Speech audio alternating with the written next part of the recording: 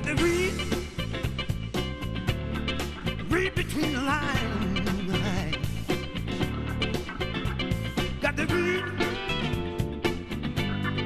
read between the lines. Hello everybody, welcome to another edition of What's Going On. I'm your host, Tom D'Ambra. As always, my friends, we are very thankful you take the time from your day to watch our program. I know I wanted everyone to come back from last week's program because I was not able to get all the information in that I was hoping to. If you remember from last week, we were discussing an article that was written by the New American with regards to an interview done with a senior counselor at the World Bank for 20 years, a lawyer by the name of Karen Hudds. And she was quite right on it with regards to, hey, as she said, their own statement was, the longer they could keep the world ignorant, the more they could bleed it. Well, that's exactly what they've been doing. They're bleeding our nation, and this is why all these crazy things like NAFTA and CAFTA and GATT, even though the American people were deeply against all of these things, actually wound up getting passed by your non-representing representatives, because these non-representing representatives are financed by these corporations. My friends, I'll use GM as the example here. GM, we didn't bail out GM. What we did was finance their move to South America and China and Vietnam. That's all we did. And it goes along with the rest of our heavy industry in this country. They receive literally receive tax incentives to remove their operations from the United States and bring it abroad, because these corporations, we are living in a state of fascism. And fascism, as Mussolini called it, is corporatism. And the big difference here between, say, the United States and, let's say, Germany in the 1930s and 40s is that, yes, Germany was in a state of fascism, but the state took control of the corporations. Here, the corporations have taken control of the state, particularly through the control of the money system. Remember, Amschel Rothschild said, "Give me control of a nation's currency, I care not who makes its laws." And that's because if you control the money system, you control all aspects, not just of the government, but of society itself, okay? So basically, that's exactly what he's talking about, and that's what's taking place in America today. And Karen Hudds, I thought, did a wonderful, articulate job of describing to you the mechanisms, the secret conferences. Last week we talked about the Bilderberg conference that just ended. Not a word of it in the mainstream media, not one word, none. And I hope that during the week a lot of you got on the internet and punched in Bilderberg conference and realized that, boy, these are the bigwigs of the world, and the mainstream media is not even covering this, as they're getting their marching orders from the international bankers, the families that really control the world or are out to control the world. So I want to continue on that theme, at least for part of the show, but then I'm going to get right into some very heavy information. And even if you've been watching this program for the last 3 or 4 years, I think what we're going to present to you, you will find startling. But right now, let's continue with the theme of the money system. Okay, this is written by William Jasper.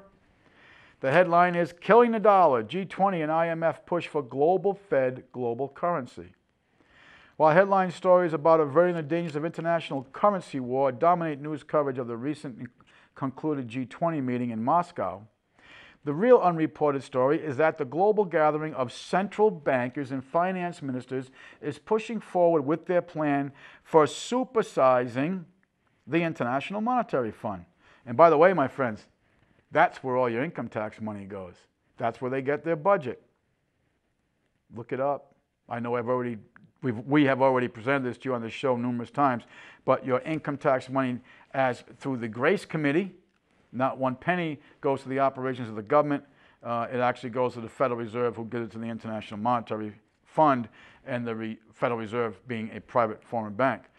The end goal is to transform the International Monetary Fund into a global Federal Reserve with the ability to flood the world with huge new volumes of loans and currency.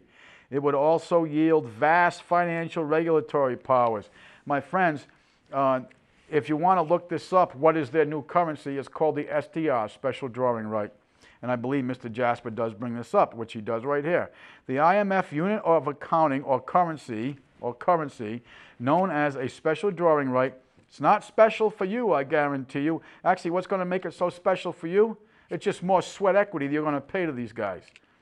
Is being readied for eventual adoption as a replacement for the US dollar in international transactions to lead the way toward eventual adoption of the SDR as a global currency, much in the same way that the euro was foisted upon the people of Europe as a replacement for their national currencies. The mainstream media seems intent on keeping the public fixated on the latest Kardashian frolics. I'm sorry, I very seldom will get up here and say I'm ignorant on something. I have no idea what the Kardashian frolics are. Sports mania, I understand, and Democrat-Republican political mud wrestling, while coverage of the G7, G20, and IMF confabs that are determining the economic fate of the world receive short shift. And the little reporting of these events that does leak out usually amounts to little more than regurgitation of the prescribed talking points of the conference principles. Over the past 4 years, the New American has published numerous articles detailing the radical plans currently underway for the total destruction of the dollar and the plans for supersizing the IMF into a global Fed.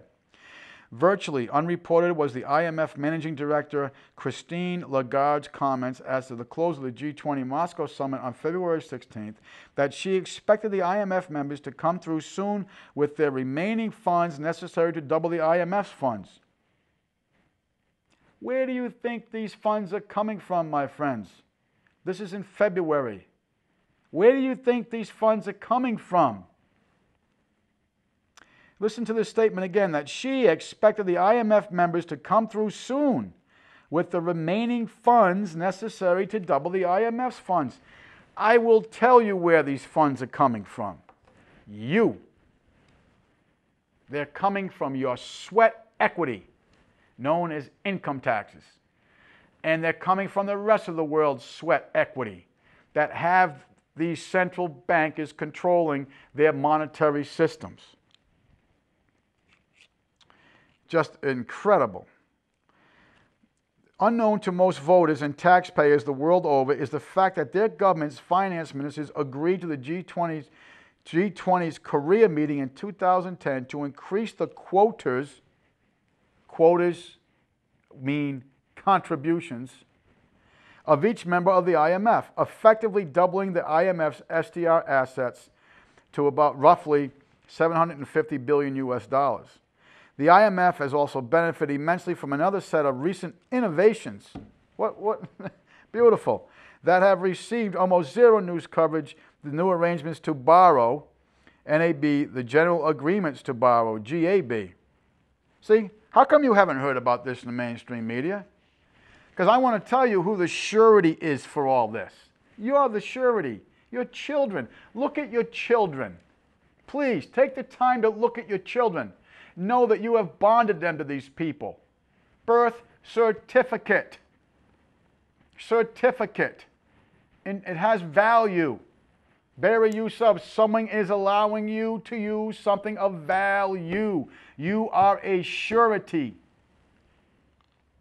The potential amount of credit available to the IMF under the GAB totals roughly another $26 billion, according to the IMF webpage. Beautiful. So while they got all these nice agreements going on, the mainstream media is not talking about it, you become a surety. Okay. My friends, I have to be very careful with time. There's a lot I want to get into.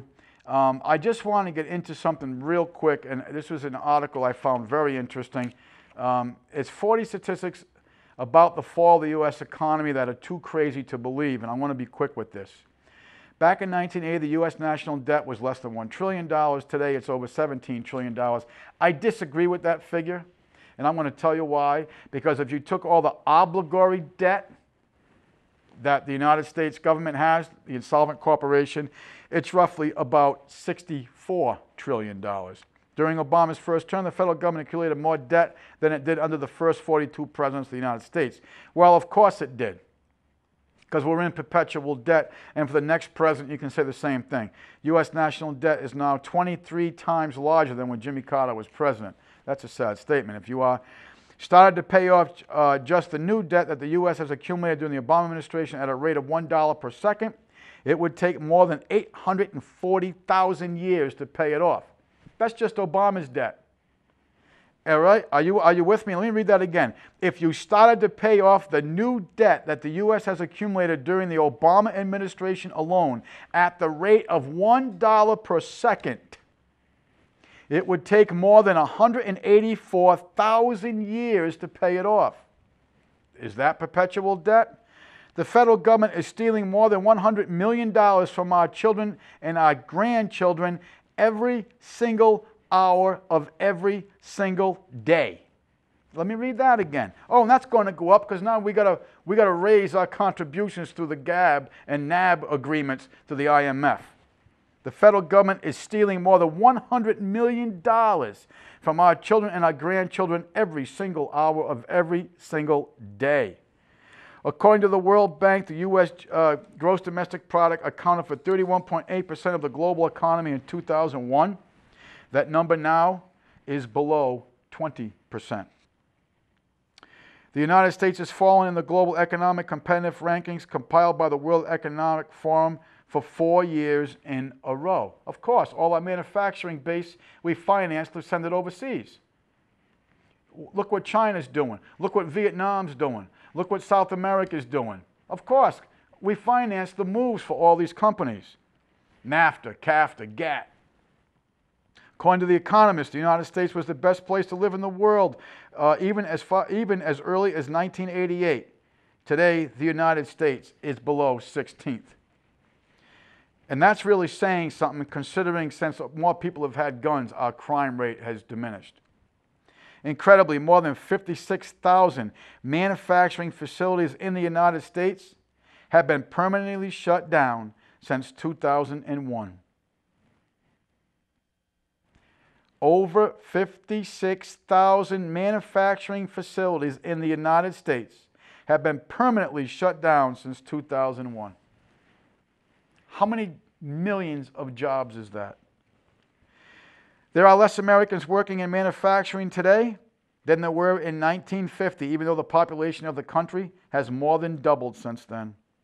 According to the New York Times, there are approximately over 70,000 abandoned manufacturing buildings in Detroit alone.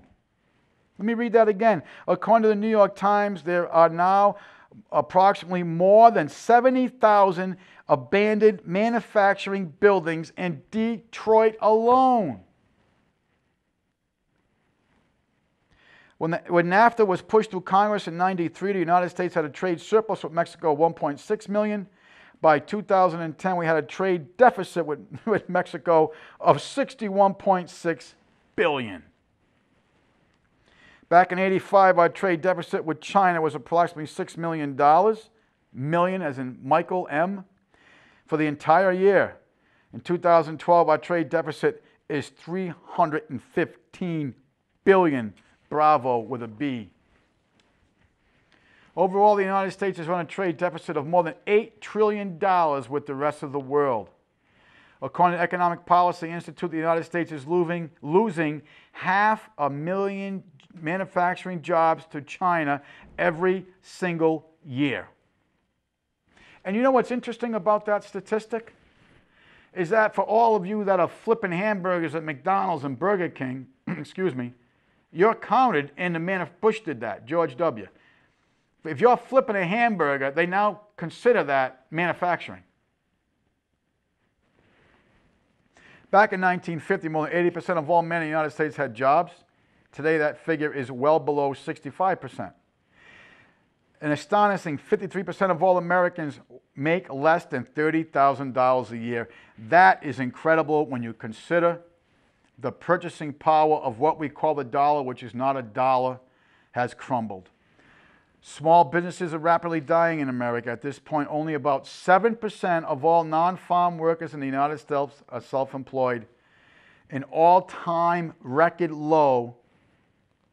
All right? We've never had so little small business self-employment. And how much of that is fast food junkets?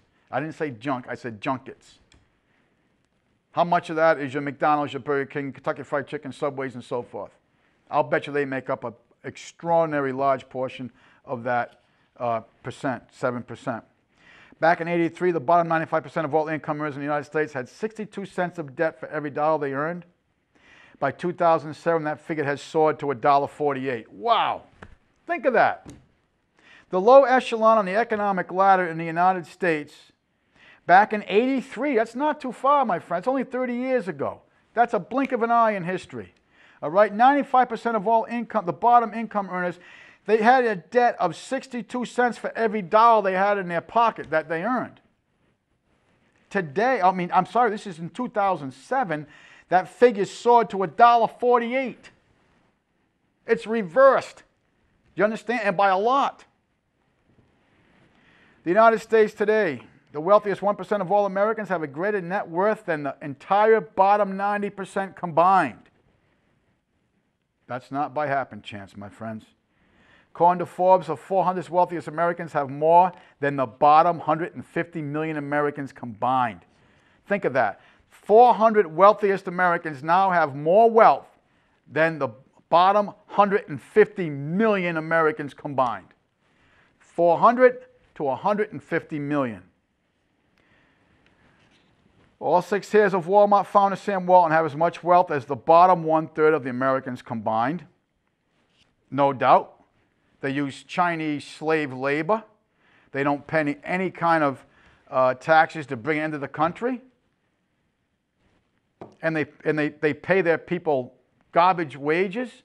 And then they hire a lot of elderly. And did you know that when you become an employee of Walmart, they take out a life insurance policy on you, and then when you die, they collect it? And think of how low their premiums are when they're hiring such a vast pool of people. When they're insuring such a vast pool of people. Pretty good, huh?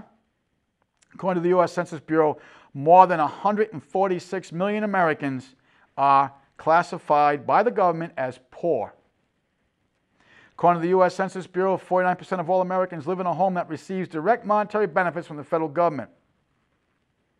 Overall, the federal government runs nearly 80 different means-tested welfare programs, and at this point, more than 100 million Americans are enrolled in at least one of them. In 1965, only 1 out of 50 Americans were on Medicaid. 1 out of 50. Today, 1 out of 6. And you know, I got to stop there. My friends, I'm in the medical field. And I work in EMS. And I have to tell you a story about this because I'm going to be quick. I really want to get into this other stuff. I got toned out to a local ski resort. I'm not going to name any names. And I wound up having a patient who broke his ankle on a snowboard. So anyway, long story short of this kid was a 28-year-old kid who was healthy enough to go out snowboarding, but yet he was on Medicaid. And when he explained to me that he was on Medicaid, rather proudly, because he beat the system, I asked him, gee, you know what, like all interested, gee, how'd you do that? Huh, he says, with a big smile, I'm bipolar, don't you know? Okay, I am not going to go on too much more because you're only going to get upset. But, you know, it just goes on about percentages of debt, about our children, how much they owe, and it goes on and goes on and goes on. But this last one I want to read to you. The number of Americans on food stamps now exceeds the combined populations of Alaska, Arkansas, Connecticut, Delaware, the District of Criminals, Hawaii, Idaho, Iowa, Kansas, Maine, Mississippi, Montana, Nebraska, Nevada, New Hampshire, New Mexico, North Dakota, Oklahoma, Oregon, Rhode Island, South Dakota, Utah, Vermont, West Virginia, and Wyoming. Did you hear what I just said to you? The combined populations of all them states, more Americans are on food stamps than the combined all of populations of the states that I just read to you. I'm not going to go on with any more of these statistics. I think you get the picture. But don't worry, the economy is doing just fine. Okay, we've got some time left. I got about 40 minutes, so I'm not going to have the time for all of this.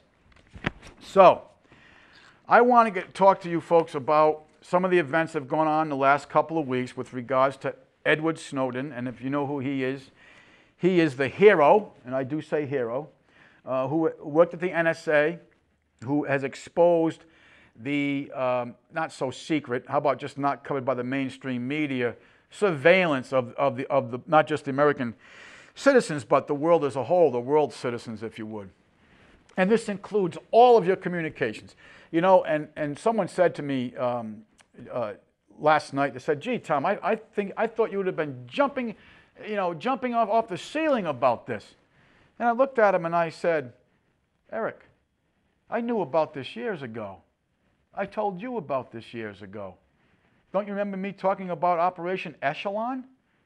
And folks, if you've been a viewer of this program, you know that we discussed Operation Echelon years ago. Operation Echelon years ago. Okay? So folks, no big surprise here. Am I surprised that the IRS is targeting American patriots? Why should I be? They're bleeding us financially and every other way through the threat of duress. Am I surprised that the IRS is about to get involved in your medical life, your medical decisions? Am I surprised that the NSA has a portfolio on every single American? Yes, I did say a portfolio. No, I'm not. Am I surprised that they have created internment camps, as Attorney General John Ashcroft called them, internment to bury? No. History shows me what they're going to do with that. You know, all the way from the Boer Wars, where the English were the first people to actually develop. Everyone thinks it was Hitler, but you know who Hitler learned from? Hitler learned from the English through the Boer Wars in Africa, when they put the natives in Africa, all the native populations in Africa, into these concentration camps or labor camps. Hitler learned from the best. He was just following the protocols of what the English already established. That's why we financed them. Yes, I did say we financed them. So I don't have time to get into that. But if you want to get into something interesting on that whole thing, punch-in Bush family makes fortune through Hitler regime. And what I mean by that is Prescott Bush, the grandfather of George W., the father of Herbert Walker Bush, number 41, number 43, he was the fund manager between the Union Bank, Brown Brothers Harriman Union Bank of New York, and the Reich Bank of Germany that helped finance the Third Reich. He was the fund manager. Look it up. Anyway, so am I surprised by all these things, that all these entities are recording our phone conversations, looking at all of, keeping all of our Facebook and social media, all of our travel patterns? You say, well, how do they know where I'm traveling? You have all these mechanisms in your car that are actually telling them. You have every time you have an Easy Pass, it's telling them the time and where you went. You're on a cell phone, open air communication, it's all being recorded. You're on a landline, it's all being recorded. You're on the internet, what you're researching, it's all being recorded. My friends, they're openly admitting this to you. Of course, the mainstream media is, trying to play it down. And I found a very disturbing poll. Of course, it was a progressive, I hate to call them liberals, progressive website that basically said 69% of Americans are just fine with the government snooping on us because of the threat of terrorism. What did Ben Franklin say? Those who give up liberty for the false sense of security will get neither and deserve neither. My friends, it's the Hegelian dialectic back in your face again. Problem, reaction, solution. Create the crisis, 9/11, the terrorist threat. Get the emotional response you want from the people. Fear. Bring in the authority, which is their solution. Okay? So, am I surprised by this? Am I jumping off the ceiling? My friends, I was jumping off the ceiling after the Telecommunications Act of 1996 when I studied that. That's when I was jumping off the ceiling as what just been exposed in 2013 by a hero. A guy who openly says, I know I will never see home again. Think about the courage this man has for the well-being of his nation. And you know, and people say, well, he's exposing the information to the enemy. Really? Really? He's exposing the information to the enemy. Well, then one begs to ask, who has the United States government declared the enemy? Who is this enemy? I want to tell you who the enemy is in their own writing. Trading with the Enemy Act of 1933, the Amendatory Act of March 9, 1933, Trading with the Enemy Act, including the people of the United States as the enemy by inserting the following: any person within the United States or any place subject to the jurisdiction thereof, Chapter 1, Title 1, Section 1B. By operation of law, all persons, citizens of the United States, within the United States or any place subject to the jurisdiction thereof, are declared the enemy of that United States. There's the enemy. So you know what? I actually agree with the mainstream media on this one. Yes, they are telling the enemy how the enemy is being surveillanced and the mechanisms and how they're storing it and how they're coming about all this information and what they're doing with it. You know why? Because you're the enemy. There's a war being waged against you. The NDAA 12, right? We talked about this. We read it verbatim to you. Declared the United States a battleground. You're the enemy. Your homeland is a battleground. 2.316 billion rounds of ammunition. Of ammunition. 2,707 EBFABs. If you don't know what they are, they're the Armored Personnel Carriers. 250,000 foreign troops under a foreign command in this country. Shutting down our infrastructure, shutting down our production of electricity. Yes, look that up. They have declared you the enemy. So yes, the mainstream media is actually correct on this. Absolutely they are. This guy is letting the enemy know what's being done to them. Question is, my friends, who's the enemy? You are the declared enemy of this insolvent corporation. Look it up. We've done this, we've read this to you numerous times on this program. It's called the Trading with the Enemies Act of 1933. It was an amendatory act of March 9, 1933, as taken from the original Trading with the Enemies Act of 1913. Okay? So please look it up. And if you want to go farther with this, actually just look that up, folks. I don't really have the time to get into all this right now. I just want you to know, and reading to you verbatim from the Trading with the Enemies Act of 1933, okay, that you are the declared enemy. Any person within the United States are subject to the jurisdiction thereof, Chapter 1, Title 1, Section 1B. All right? And you can go to 26 USC if you wish to. I'm not going to go any farther on that. But they're right. This guy has told the enemy what information is being gathered about them. Now, the authority that I have over me is not the President of the United States, as all these churches would like to tell you. And I digressed enough on that last week. I want to stay clear of that. But the authority over me is a document known as the Constitution of the United States in man. In man's law, the Constitution of the United States is my compact, my contract. God is the authority over me. The President of the United States is supposed to be serving us. He's not an authority over us.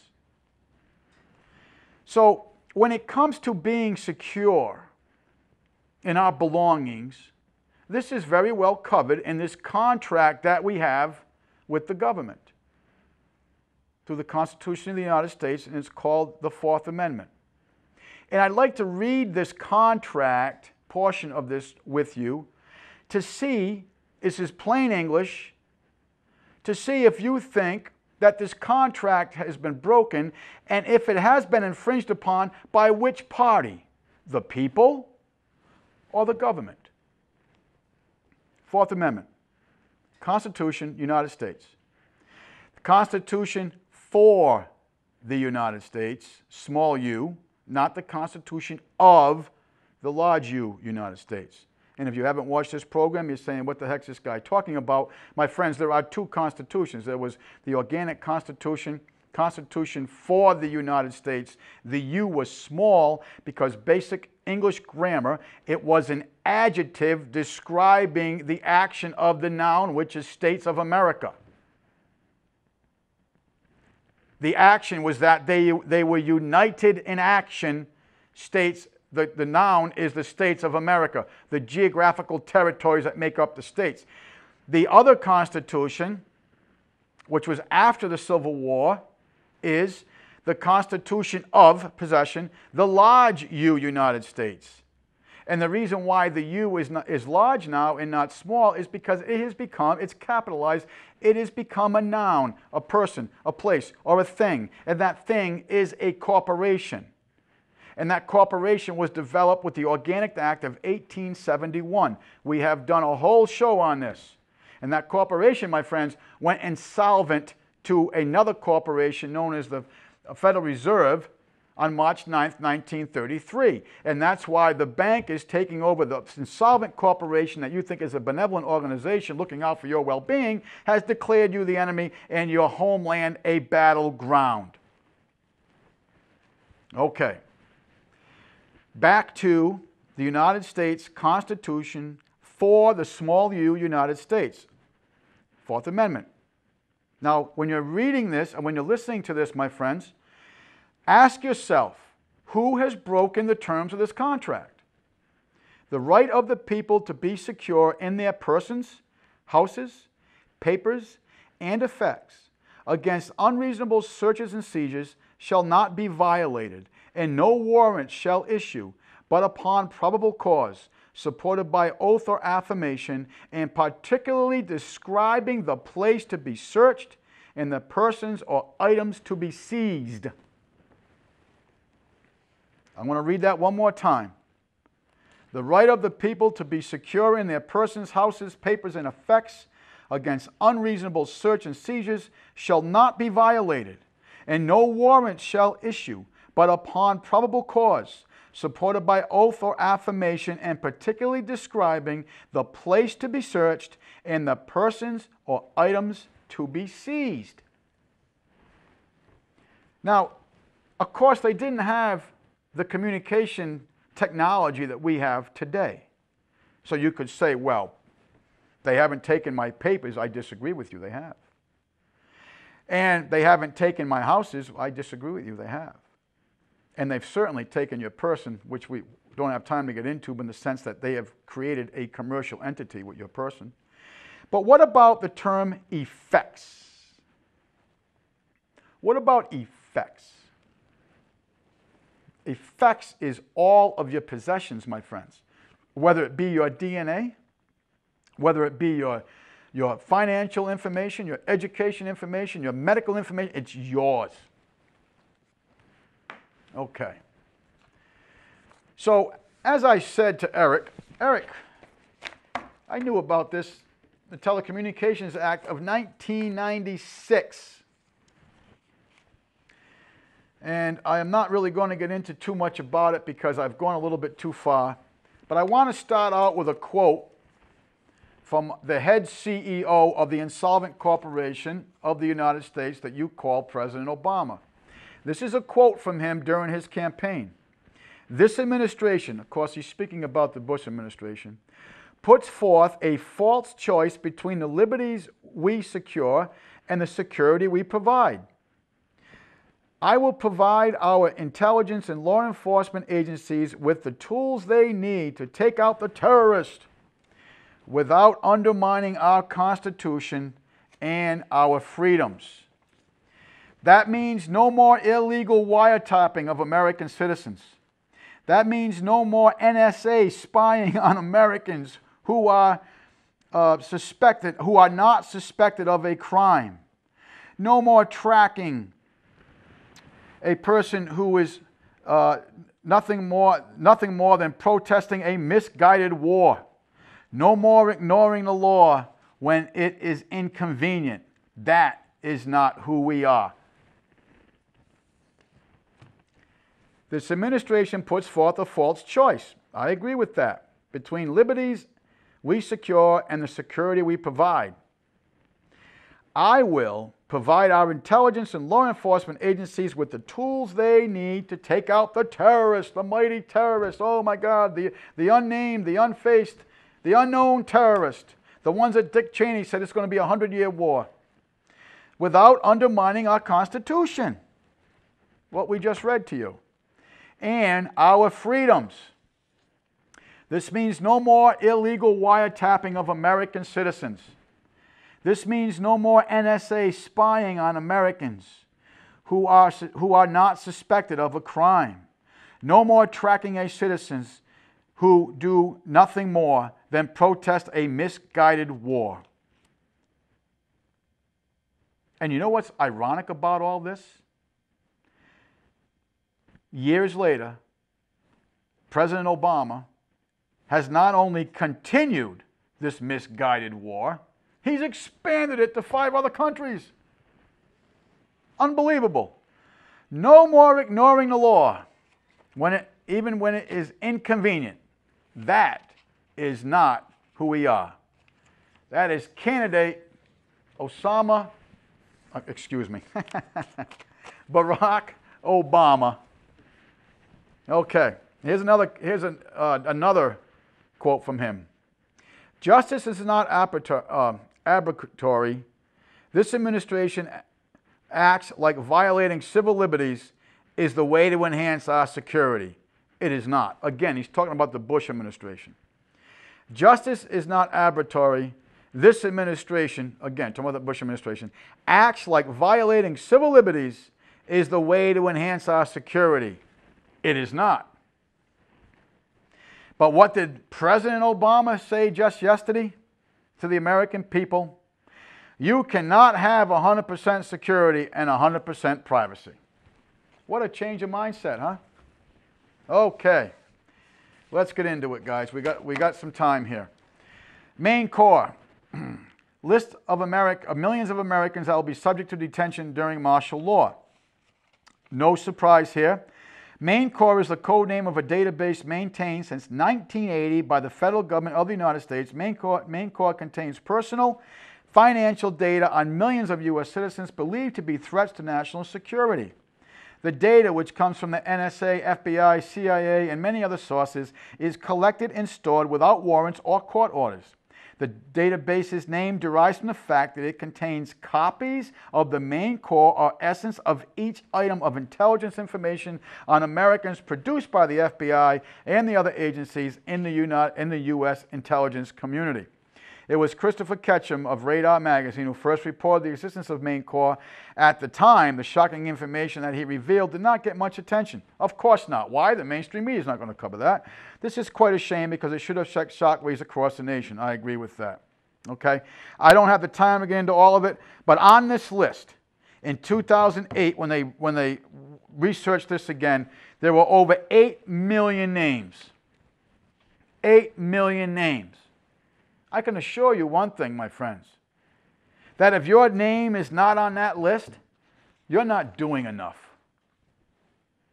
Tim Sharrock, during the 1980s, known to government sides as Main Corps, he also qualifies this program. Again, this is in 1980. Okay. Now, Edward Snowden has just made the obituary clear to the entire world.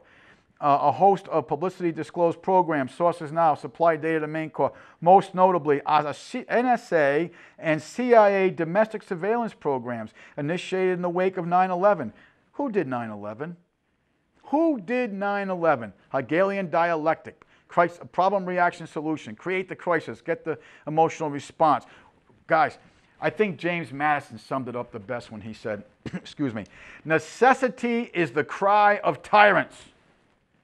We have to do this for your own good. We have to restrict your liberties. We have got to put portfolios about all of you for your own good, for national security. Folks, national security is not your liberties and your freedoms. National security is taking care of the creditors, the bankers, the ones who are bleeding our nation. Okay, and this article gets into, again, that this program is a mass catalog, a collection of information of the private lives of all Americans. It most notably that the article hints the possibility of programs like Maine Corps. Of course, we know about that already. The NSA effort also ties into data from ad hoc collection of so-called black programs whose existence today remains undisclosed. So, you don't even know all the different ways that they're watching you, tracking you, collecting information on you. Okay? Just unbelievable. Now, there's also a name, high echelon anonymous government insider who recently posted, this is very new. We already knew all this, he states. You don't know Jack, he said. This is bigger than you can imagine, bigger than anyone can believe. This administration is collecting names of sources, whistleblowers, and their families, names of media sources, and everybody they talk to and already have a huge list. If you're not working for the MSNBC or CNN, you're probably on that list. If you're a website owner with a brisk readership and a conservative bent, you're on that list. If you're a political activist or dissident, you're on that list. Do you think we're on the list just for having a program like this, reading verbatim their own information? I guarantee you we are. When I was interviewed by the Secret Service last year, I was informed that I was on two lists. I have no criminal record. I once got a parking ticket. I have no criminal record. I volunteered 3 positions in my community. I'm on a terrorist list because I read verbatim from the congressional record, from court documents. The people behind the camera are on the terrorist list. Why? Because they're supplementing the information getting out to you. Okay, the NSA, the NSA gathers 2.1 million gigabytes of data on all of us every single hour. You ready for that? The NSA gathers 2.1 million gigabytes of data on all of us every single hour. CIA head chief, we will spy on Americans through electrical appliances, global information surveillance grid being constructed, willing Americans embrace gadgets used to spy on them. CIA Director David Petraeus, has said that the rise of the new smart gadgets means that Americans are effectively bugging their own homes, saving U.S. spy agencies a job when it identifies any persons of interest.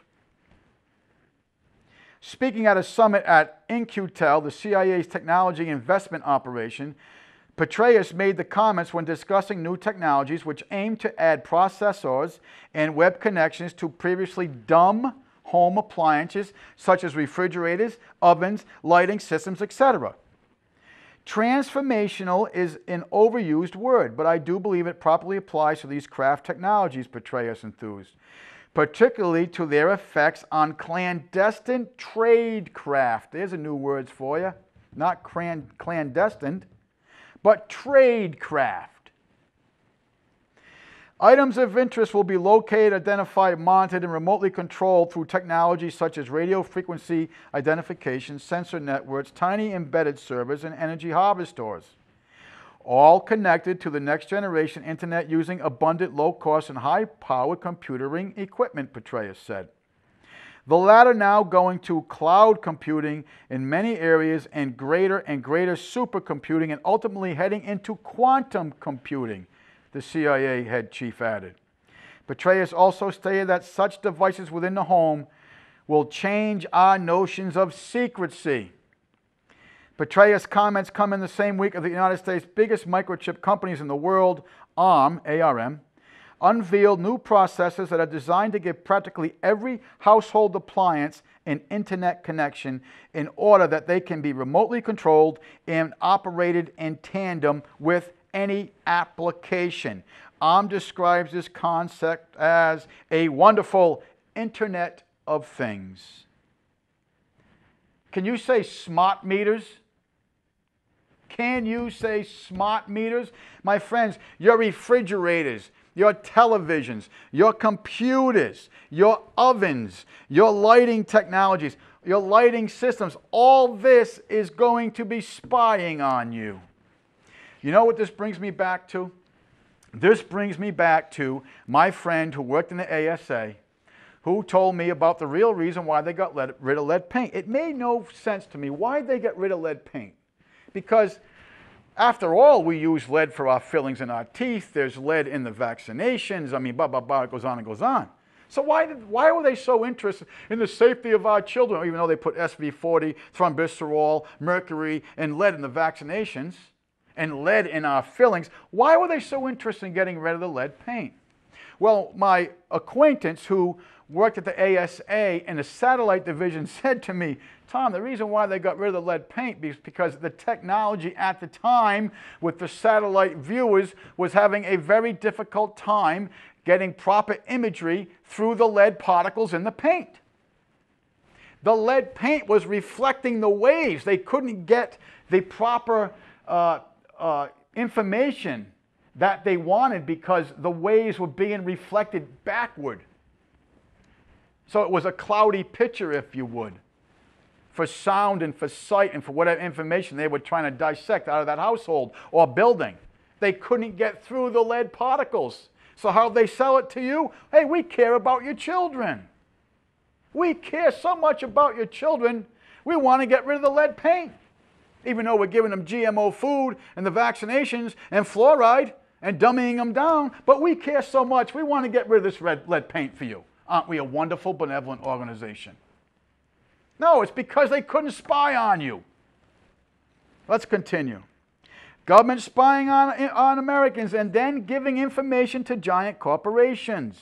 This is from the Washington blog. National Security Agency, a secret arm of the U.S. military, has begun providing Wall Street banks with intelligence on American citizens, a sign of growing fears of U.S. fears of financial sabotage.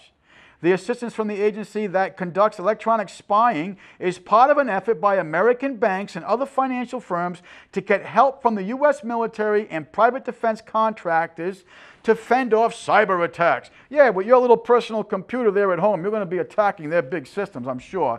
According to interviews with U.S. officials and security experts and defense industry executives, the Federal Bureau of Investigation has also warned banks of particular threats amid concerns that hackers could potentially exploit security vulnerabilities to wreak havoc across the markets and cause economic mayhem. We have got to do this for your own good. Economic mayhem. Who's causing economic mayhem in this country? These very private banks, these Wall Street banks. NSA Director Keith Alexander, who runs the U.S. military cyber operations, told Reuters that the agency is currently talking to financial firms about sharing electronic information by expanding a pilot program through which it offers similar data to the defense industry. The NSA works with Wall Street, marks a milestone, hey, in the agency's efforts to make its cyber intelligence available more broadly to the private sector, particularly Wall Street banks.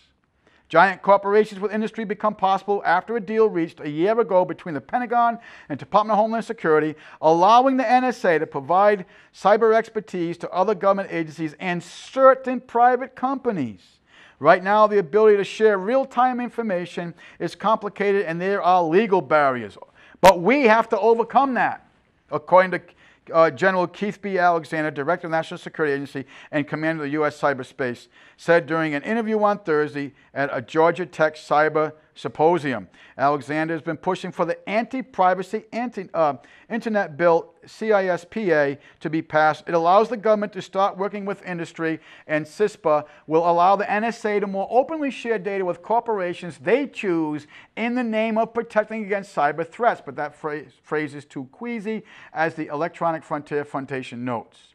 Folks, there's a whole thing here literally about millions of private contractors now have the clearance to view information gathered by the spy information on Americans, and that the information gained by the NSA by spying on Americans is being shared with agencies in other countries.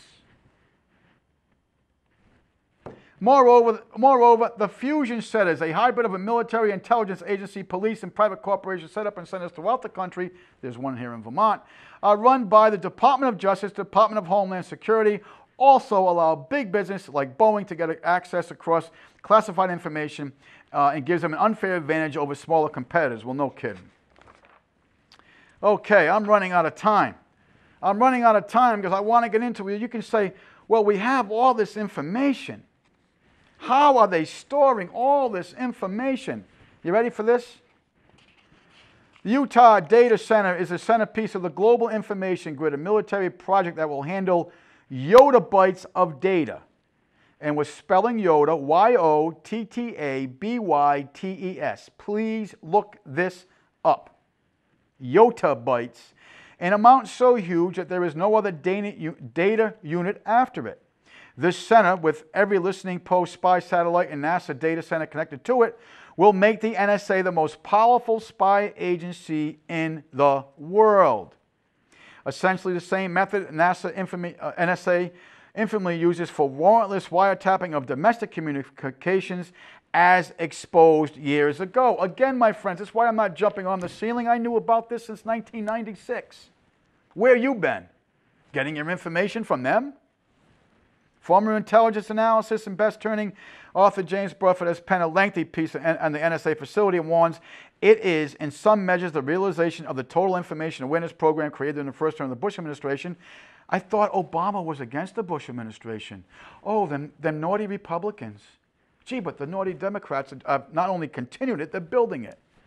An effort was killed by Congress in 2003, which caused an outcry over its potential for invading Americans' privacy. Okay, I'm not going to have a lot of time. Meet PRISM, US 9-84, XN, X-ray November, the U.S. government's internet espionage super operation. This disclosure, the administration's Big Brother surveillance state, which makes Nixon blush, blah, blah, blah, it gets into Fast and Furious, blah, blah, blah. You know, so what if we're giving guns to drug lords down in Mexico? We got to take yours for your own protection. Okay? The secrecy is so deep, we expect the president himself may not even know about it. Are you kidding me? The highly classified program, codenamed PRISM, has not been discussed publicly. It was established in 2007. And 6 years of exponential growth took place beneath the surface of a rolling debate of boundaries of surveillance and privacy. Even last year, when critics of the Foreign Intelligence Statute argued for changes, the only members of Congress who knew about PRISM were bound by oaths of office to hold their tongues. PRISM is from the government, and it's here to help you. Of course it is. But the question is, why are some of the biggest private companies collaborating with this now the biggest exposed spying operation in history? Companies that include such household names as Microsoft, Yahoo, Google, Facebook, Paltalk, AOL, Skype, YouTube, and Apple. Yes, everyone's beloved Apple was added in October of 2012. The NSA knows all about your music playlist, not to mention every database and all of your messages. An internal presentation of the Silicon Valley operation intended for senior analysis in the NSA Signals Intelligence Directorate described the new tool as the most prolific contributor to the president's daily brief. But wait a minute. The president didn't know about this according to this page over here, but now you're telling me it's part of the president's daily brief. How does that work? which cited PRISM data in 1,477 articles within government sources last year, according to briefing slides obtained by the Washington Post. The NSA reportedly increasingly relies on PRISM, a leading source of raw materials. That's a remarkable figure, an agency that measures annual intake of trillions of communications, okay? And all the more striking because the NSA, whose lawful mission is foreign intelligence, is reaching deep inside the machinery of American companies and its people that host hundreds of millions of American-held accounts on American soil. The technology companies which participate knowingly in PRISM operations include most of the dominant global players in Silicon Valley. And we just made a list to you about them. PRISM also appears nearly to be resembled the most controversial of all warrantless surveillance orders issued by George W. Bush. Ha ha ha. Okay. So I don't have time to get into all of it, but I just want to do some of the things they're collecting. These companies, again, Microsoft, Google, Yahoo, Facebook, Paltalk, YouTube, Skype, AOA, and Apple. Now, what are they actually collecting information on? All email, all chat, video and voice, all videos, all photos, all stored data, all VOLP, all file transfers, all file transactions, video conferencing, notification of target activity, logins, etc., online social networking details, and any special request through the NSA. Wow, that's amazing. So how are they storing all this? They are storing through this in this new operation that is opening up this September, and it's going to be, and I'm going to have to continue this on another show, but it's opening up, my friends, in the Wasatch Range, which is east of the Ukiah Mountains in the state of Utah. And the Wired magazine did a big thing on this, and I'm going to continue this next week, but I just want to be real quick here. $9.7 million facility for ensuring that only the cleared personnel gain access, designated space for technical support and administrative personnel, four 25,000 square foot facilities for rows of service, backup generators that can last for 3 days, 1.7 million gallons of water usage per day. That's to cool all the computers, I'm sure. 60,000 tons of cooling equipment to keep the service from overheating. An electrical substation to meet, independent electrical substation to meet the center's 65 megawatt demand. Video surveillance, intrusion detection and protection that will cost more than $10 million a year. Okay, my friends, I don't have time to get into all the rest of this, and I don't want to do it without going through it fully, so I'm going to stop right here. But my point being is that not only they have other facilities, which I'm going to get into next week, but not only are they doing this, and now this whole whistleblower thing, where's the mainstream media been since 1996? They've been cooperating with them.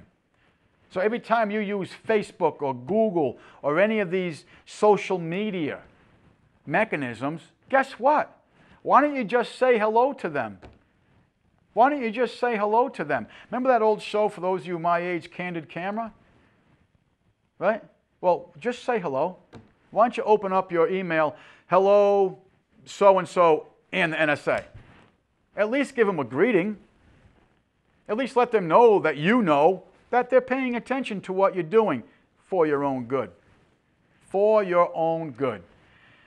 James Madison. Necessity is the cry of tyrants. We have to do this because we did 9/11. We have to do this because we did Waco. We have to do this because we did the Murrah building in Oklahoma City. We have to do this because what looks to be very much so, we did Sandy Hook. Now the Boston Marathon bombings. There are so many things coming out about that. Folks, even mainstream media in Italy has come out and said the U.S. government, or entities of the United States government, did the Boston Marathon bombing. Crisis, reaction, solution. Create the crisis, get the fair reaction, emotional response from you, and bring in a solution which always strengthens their authority and restricts your liberties. And now that all this is being exposed, my friend, I am very concerned that they may pull a bigger inside job to say, See, we told you so. We had to do this for your own protection. You took this away from us, and now, which we haven't, and now look what happened to you, you bad children. You were spanked. My friends, we are going to continue this in the future. Next week, we invite you to come back. And as always, we're very thankful you take the time from your busy day to join us. But as always, we close reminding you that your government is your responsibility. We thank you for watching. Got to read between the lines. Got to read